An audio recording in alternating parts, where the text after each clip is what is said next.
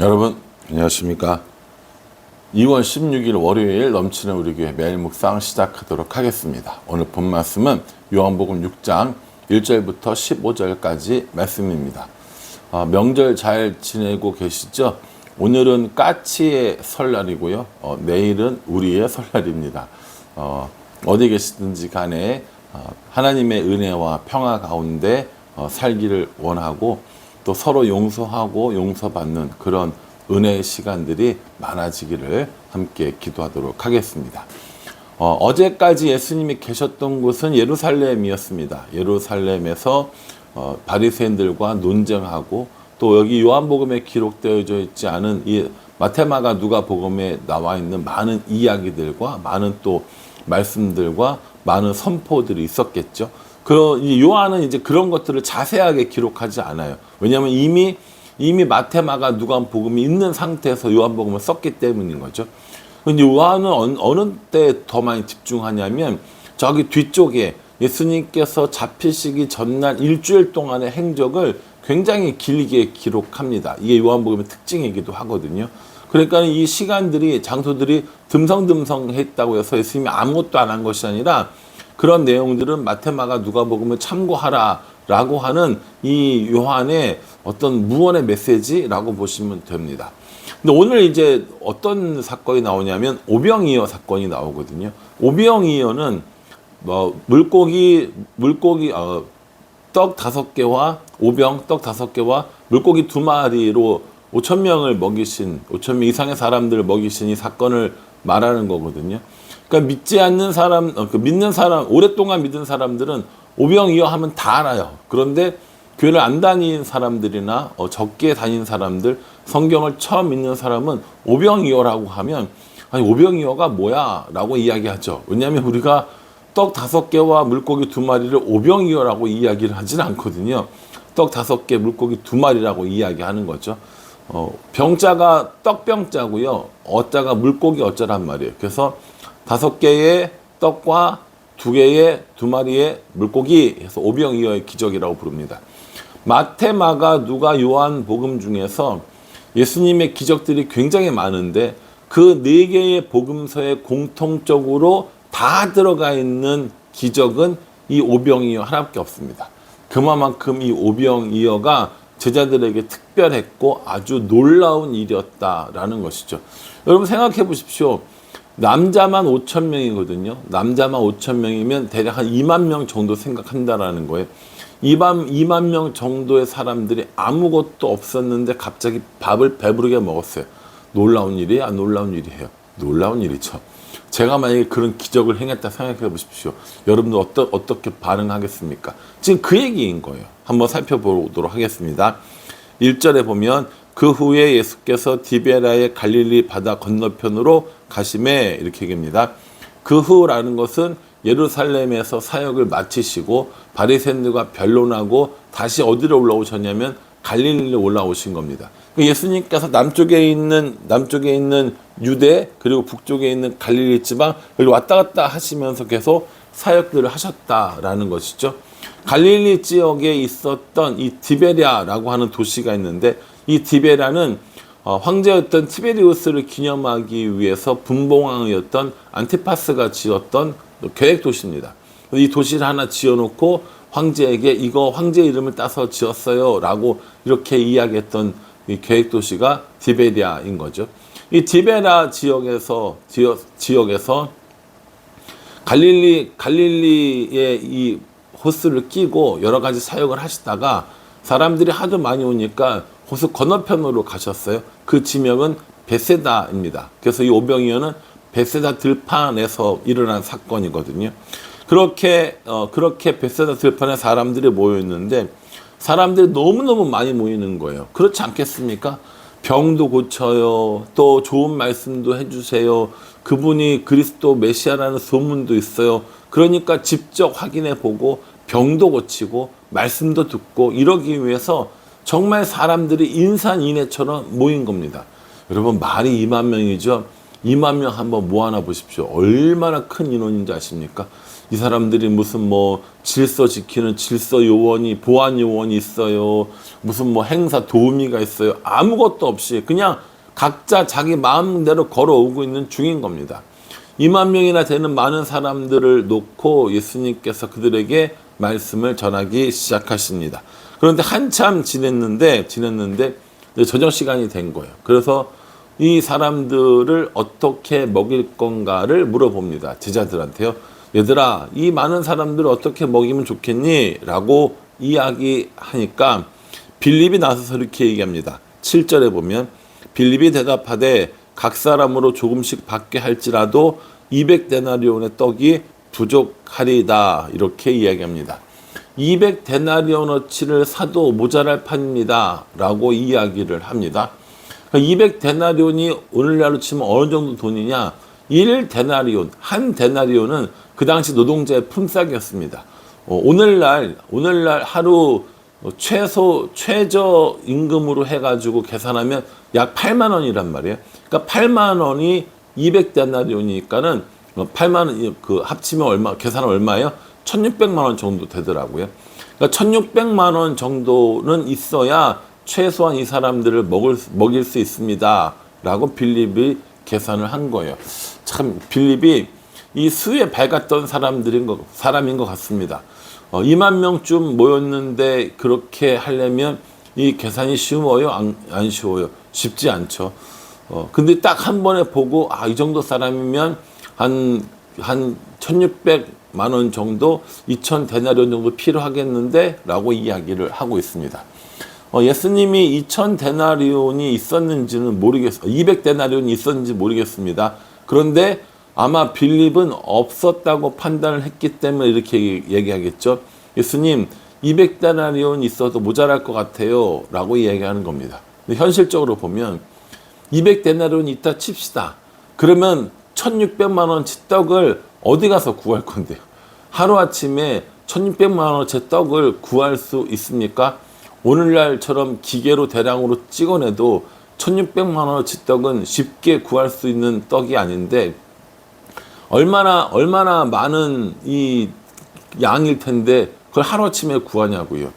제가 그 자주 먹는 떡집의 떡도 요만한 한 팩에 3,000원이란 말이에요.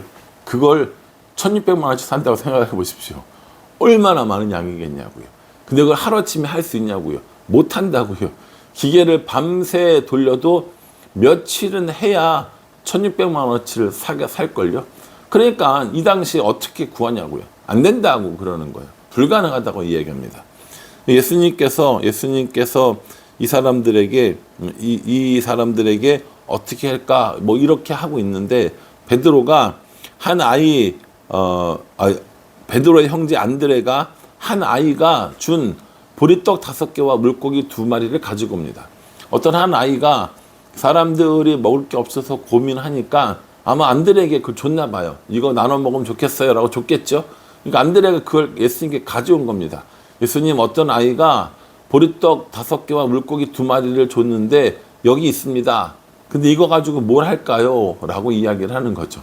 안드레의 생각에는 예수님이나 드시게 해야겠다 라고 생각했을지도 모르고 그 기특한 아이를 예수님 앞에 데려나와서 칭찬받기 위함이었을지도 모르겠습니다. 이건 저의 상상력이고요.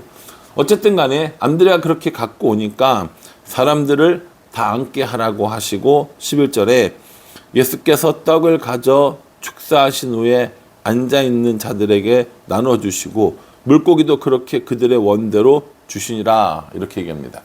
예수님께서 사람들을 앉게 하신 후에 떡을 떼고 물고기를 나누어 주고 이렇게 해서 거기 있던 사람들이 모두 다 음식을 배부르게 먹었다는 거예요.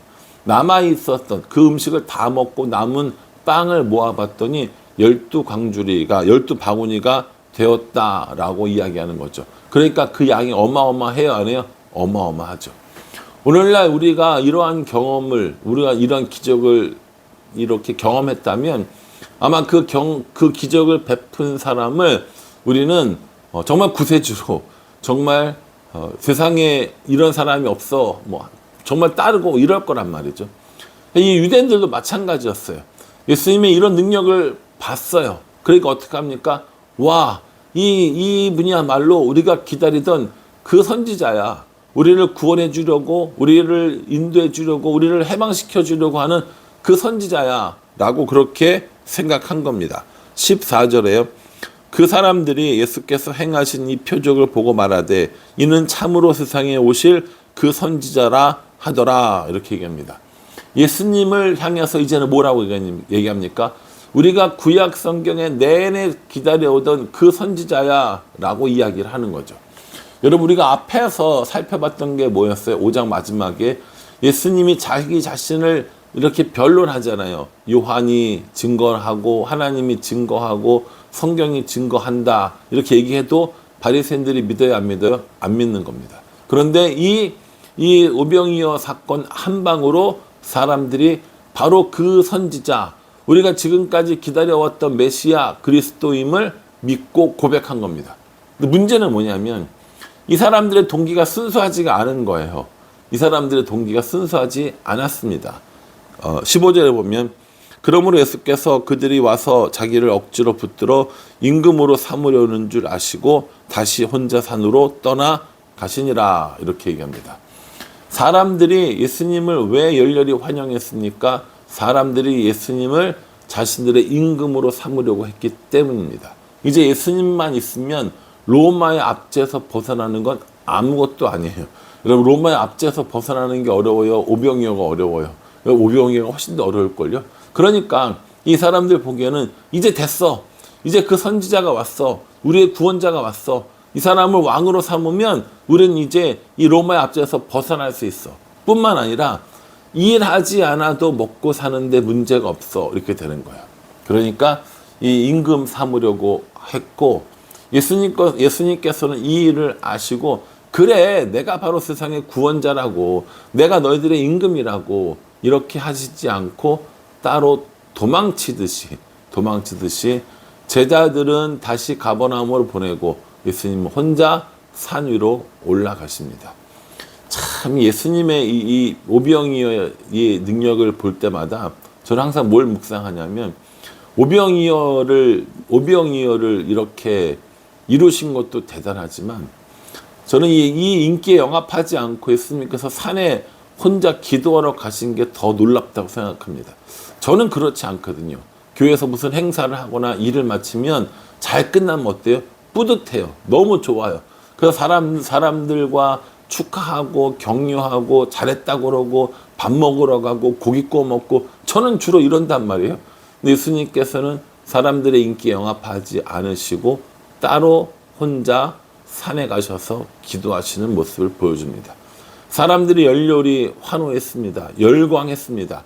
이 정도라면 예수님이 정말 임금으로 올라와도 손색이 없을 겁니다. 그 시대에 남자만 5천 명이면 상당한 이 군사력을 가질 수 있었습니다. 그들에게 창을 한 자루씩, 칼을 한 자루씩 나눠주고 예수님이 지휘하셨으면 로마 정도는 얼마든지 물리치셨을 수 있었을 겁니다. 그러나 예수님께서는 그게 아니라는 것을 아셨기 때문에 산으로 올라가셔서 하나님께 기도하는 모습을 보여주고 있습니다. 우리는 예수님이 어떤 모습을 보고 따르는지 한번 생각해 봐야 합니다. 나에게 이익이 되기 때문에 예수님을 따르는 건지 아니면 예수님이 세상의 구주인 줄 믿고 고백하며 따르는 건지 우리 스스로 한번 살펴봐야 하지 않을까라는 생각을 해봅니다. 이 말씀 묵상하시면서 오병이어의 기적을 베푸신 분이 세상을 해방시키러 오시거나 먹을 것을 주러 오신 것이 아니라 우리의 영혼을 구원하러 오신 구원자이심을 다시 한번 기억하면서 사람들의 인기에 영합하지 않고 나의 이익을 따라 예수님을 따르지 않고 하나님과 교제하며 살아가는 예수님의 모습을 본받는 우리 모두가 되기를 주님의 이름으로 축복합니다. 기도하겠습니다. 하나님, 오병이어의 기적을 묵상해 봅니다. 사람들은 열광했지만 예수님께서는 따로 한적한 곳으로 떠나시는 것을 볼 수 있습니다.